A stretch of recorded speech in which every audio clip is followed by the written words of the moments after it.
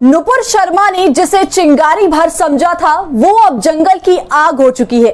एक के बाद एक भारत की साख विदेशों में गिरती चली जा रही है और खास तौर से उन देशों में जो इस्लामिक राष्ट्र हैं। भले बीजेपी और मोदी सरकार की घरेलू राजनीति को मुसलमानों से फर्क नहीं पड़ता हो, लेकिन वैश्विक पटल पर संघ की राजनीतियां नहीं चला करती और अब बीजेपी प्रवक्ता के किए से वैश्विक पटल पर भारत बुरी तरह से फंसा हुआ है। नमस्कार, आदाब, आप देख रहे हैं खबर अड्डा और आपके साथ मैं हूं सुम्बुल इरम। क्या हम और आप कभी सोच सकते थे कि एक देश जो खुद को लोकतांत्रिक गणराज्य कहता हो, जिसके मूल्यों में ही सर्वधर्म समभाव और सर्वपंथ समभाव की अवधारणा निहित हो, उस देश के उत्पादों और सेवाओं की विदेशों में बहिष्कार इस बात पर होगी कि उसने किसी धर्म का अपमान किया है। जो हमने और आपने सोचा तक नहीं था वो हकीकत में हो रहा है। खाड़ी देशों में से एक के बाद एक भारत के लिए जो समाचार आ रहे हैं उसका केवल एक शब्द में जवाब है, निंदा।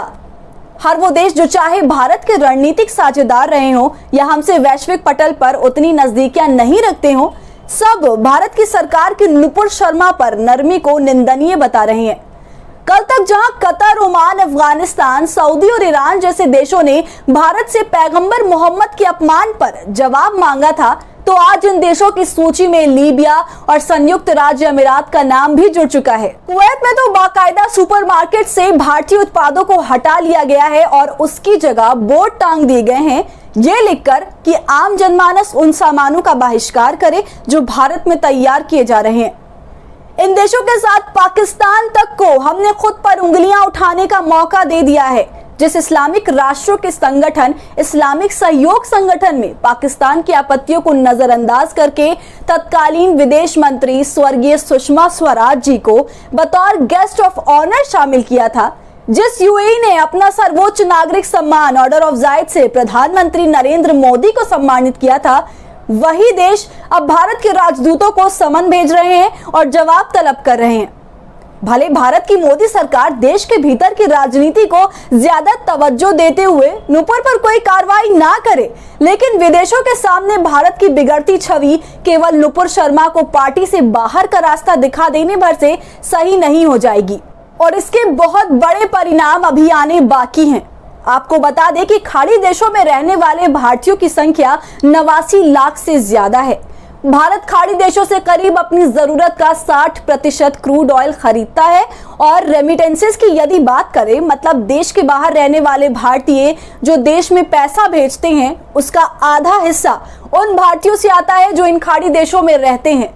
यूएई तो भारत का तीसरा सबसे बड़ा व्यापारिक भागीदार है।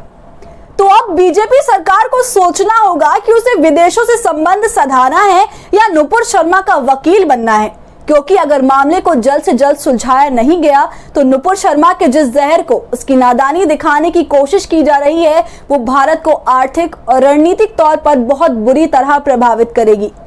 सामानों का बहिष्कार कहीं वहां रह रहे भारतीयों के बहिष्कार तक ना पहुंच जाए और ना ही हम अपनी विदेशी रणनीति में किसी एक नफरती के कारण पिछड़ जाएं, जिसे हमने और हमारी सरकारों ने 75 सालों में तैयार किया है। तो दोस्तों, इस वीडियो पर क्या है आपकी राय, हमसे कमेंट सेक्शन में जरूर साझा कीजिए। वीडियो पसंद आने पर इसे लाइक और शेयर कीजिए और साथ ही साथ अगर आपने अब तक हमारे चैनल खबर अड्डा को सब्सक्राइब नहीं किया है तो इसे सब्सक्राइब कर लीजिए।